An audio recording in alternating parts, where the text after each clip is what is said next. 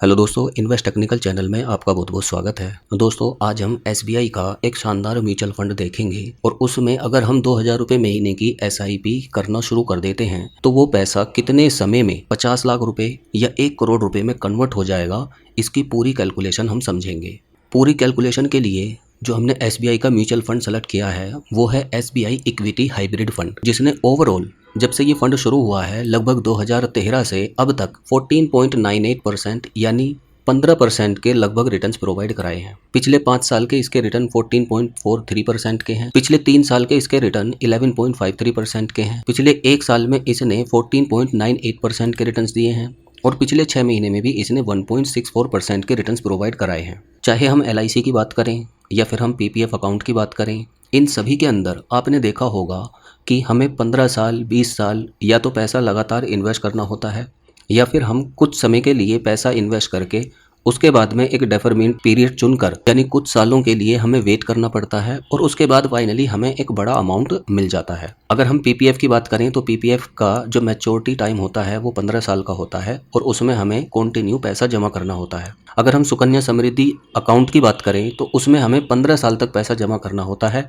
और मैच्योरिटी हमें 21 साल में मिलती है। अब ये दोस्तों सभी इन्वेस्टमेंट लॉन्ग टर्म के पॉइंट ऑफ व्यू से किए जाते हैं। अगर आप शॉर्ट टर्म के लिए इन्वेस्टमेंट कर रहे हैं तो फिर आप डेट म्यूचुअल फंड के अंदर या फिर आप एफडी या आरडी के अंदर इन्वेस्टमेंट करें, क्योंकि वहां से आपको फिक्स रिटर्न मिल जाएंगे और आपके पैसे पर किसी भी तरह का कोई रिस्क नहीं होगा। लेकिन अगर आप एफडी आरडी या एलआईसी जैसी स्कीम से 2 गुने या 2.5 गुने या 3 गुने तक रिटर्न पाना चाहते हैं तो फिर आपको म्यूचुअल फंड के अंदर इन्वेस्टमेंट करना चाहिए। आपको लॉन्ग टर्म के पॉइंट ऑफ व्यू से ही इन्वेस्टमेंट करना चाहिए। कई बार ऐसा होता है कि हमने एसआईपी शुरू कर दी है और एसआईपी शुरू करने के बाद में स्टार्टिंग में तो हमारी अर्निंग ठीक ठाक होती है, लेकिन बाद में शादी के बाद या बच्चों के बाद उनकी स्कूल फीस और भी बहुत सारी रिस्पॉन्सिबिलिटी आ जाती हैं, जिसकी वजह से हम कंटिन्यू अपनी एसआईपी को आगे नहीं रख पाते। सबसे पहले हम बात करते हैं, मान लीजिए आप इस म्यूचुअल फंड के अंदर कंटिन्यू 2000 रुपए का इन्वेस्टमेंट करते रहते हैं हर महीने। तो 2000 रुपए के इन्वेस्टमेंट के अकॉर्डिंग अभी हमने देखा था कि इसके जो ओवरऑल रिटर्न्स थे इस फंड के वो 14.98% के थे। यानी अगर हम ये एक्सपेक्ट करके चलें कि ये आगे आने वाले टाइम में भी हमें 14% के रिटर्न्स प्रोवाइड कराकर देता रहेगा तो उस केस में क्या होगा। और यहाँ पर आप देख भी सकते हैं कि इसके जो रिटर्न्स हैं वो एफडी आरडी की स्कीम से या एलआईसी की स्कीम से ऑलमोस्ट डबल के बराबर हैं। इस केस में दोस्तों 2000 रुपये का इन्वेस्टमेंट अगर हम करते रहते हैं तो 5 साल में जो हमारा टोटल इन्वेस्टमेंट होगा वो होगा 1,20,000 रुपये, जबकि हमें एस्टिमेटेड रिटर्न्स जो मिलेंगे वो 14% के अकॉर्डिंग 54,401 रुपये के मिलेंगे। और फाइनल हमारी वैल्यू कितनी हो जाएगी, जितना हमने इन्वेस्ट किया 1,20,000 रुपये और 54,000 रुपये का लगभग हमें रिटर्न मिला, तो 1,74,401 रुपये फाइनल हमारी वैल्यू हो जाएगी। अब अगर हम इसे कंटिन्यू चलाते रहते हैं मान लीजिए 20 साल तक, तो 20 साल के बाद में 4,80,000 रुपये का टोटल हमारा इन्वेस्टमेंट होगा और 21,52,000 रुपये के हमें एस्टिमेटेड रिटर्न्स मिलेंगे और 26,32,000 रुपये फाइनल हमारी वैल्यू हो जाएगी। अब इसी के हिसाब से अगर हम मान लीजिए इसे 30 साल तक चलाते रहते हैं तो हमारा 7,20,000 रुपये का टोटल इन्वेस्टमेंट होगा, जबकि हमें एस्टिमेटेड रिटर्न्स जो मिलेंगे वो 1,03,94,000 रुपये के मिलेंगे और फाइनल हमारी वैल्यू कितनी हो जाएगी 1,11,14,000 रुपये।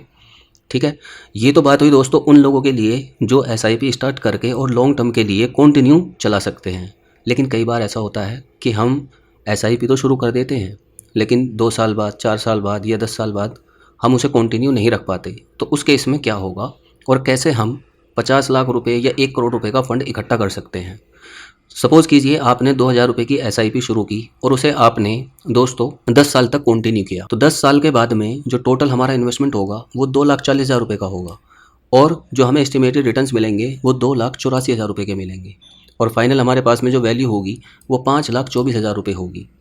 अब इसमें से अगर हम long term capital gain tax निकाल दें तो लगभग 50,000 रुपये का इसमें से 50 से 60,000 रुपये का हमारा टैक्स चला जाएगा और उसके बाद में फाइनल जो हमारे पास वैल्यू बचेगी वो लगभग 4.5 लाख रुपए के आसपास बचेगी। अब मान लीजिए आपने 4.5 लाख रुपए में से 4 लाख रुपए का इन्वेस्टमेंट लमसम कर दिया किसी ऐसे म्यूचुअल फंड के अंदर या इसी म्यूचुअल फंड के अंदर जो आपको लगभग 15% के रिटर्न्स प्रोवाइड करा सकता है। नॉर्मली म्यूचुअल फंड 12 से 15% के रिटर्न्स लॉन्ग टर्म में प्रोवाइड करा ही देते हैं। तो 4 लाख रुपए का इन्वेस्टमेंट और इसको हम मान लीजिए 15% के ये हमें रिटर्न्स प्रोवाइड करा देता है और हमने इस लमसम अमाउंट को इन्वेस्ट करके छोड़ दिया। अब पहला एडवांटेज तो ये हुआ कि हमने अपनी एसआईपी को बंद कर दिया और जो हमने पैसा इकट्ठा किया है या जो हमें फाइनल वैल्यू मिली है रिटर्न के बाद में, उसको हमने दोबारा से री इन्वेस्ट कर दिया एक नई म्यूचुअल फंड के अंदर, लमसम 4 लाख रुपए। अब अगर हम दोस्तों देखें 5 साल के बाद में हमारा 4 लाख रुपए कितना हो जाएगा, तो वो हो जाएगा 8,04,000 रुपये, क्योंकि 4 लाख रुपए के ही हमें एस्टिमेटेड रिटर्न्स मिल जाएंगे 15% रिटर्न के हिसाब से। अब इसको अगर हम 10 साल आगे कंटिन्यू कर देते हैं तो 4 लाख रुपए हमारा बढ़कर 16,18,000 रुपये हो जाएगा। अब टोटल जो इन्वेस्टमेंट पीरियड हो गया है हमारा वो 10 साल SIP के और 10 साल हमारे लमसम इन्वेस्टमेंट के। अब इसी को मान लीजिए हम अपने किसी बड़े टारगेट को अचीव करने के लिए, जैसे हम अपनी रिटायरमेंट के पॉइंट ऑफ व्यू से, या हम दोस्तों अपने किसी भी बड़े टारगेट को अचीव करने के लिए या एक बड़ा फंड इकट्ठा करने के लिए हम इस इन्वेस्टमेंट को कर रहे हैं, तो हमारा 4 लाख रुपए का अमाउंट 19 साल में 56,92,000 रुपये हो जाएगा। और अब देखें दोस्तों, अगर हम 19 साल से अगर हम 5 साल और वेट कर लेते हैं, यानी हम 24 साल तक इस पैसे को एज इट इज़ रखते हैं इन्वेस्टेड, तो उस केस में हमारा 4 लाख रुपए बढ़कर 1,14,00,000 रुपये हो जाएगा।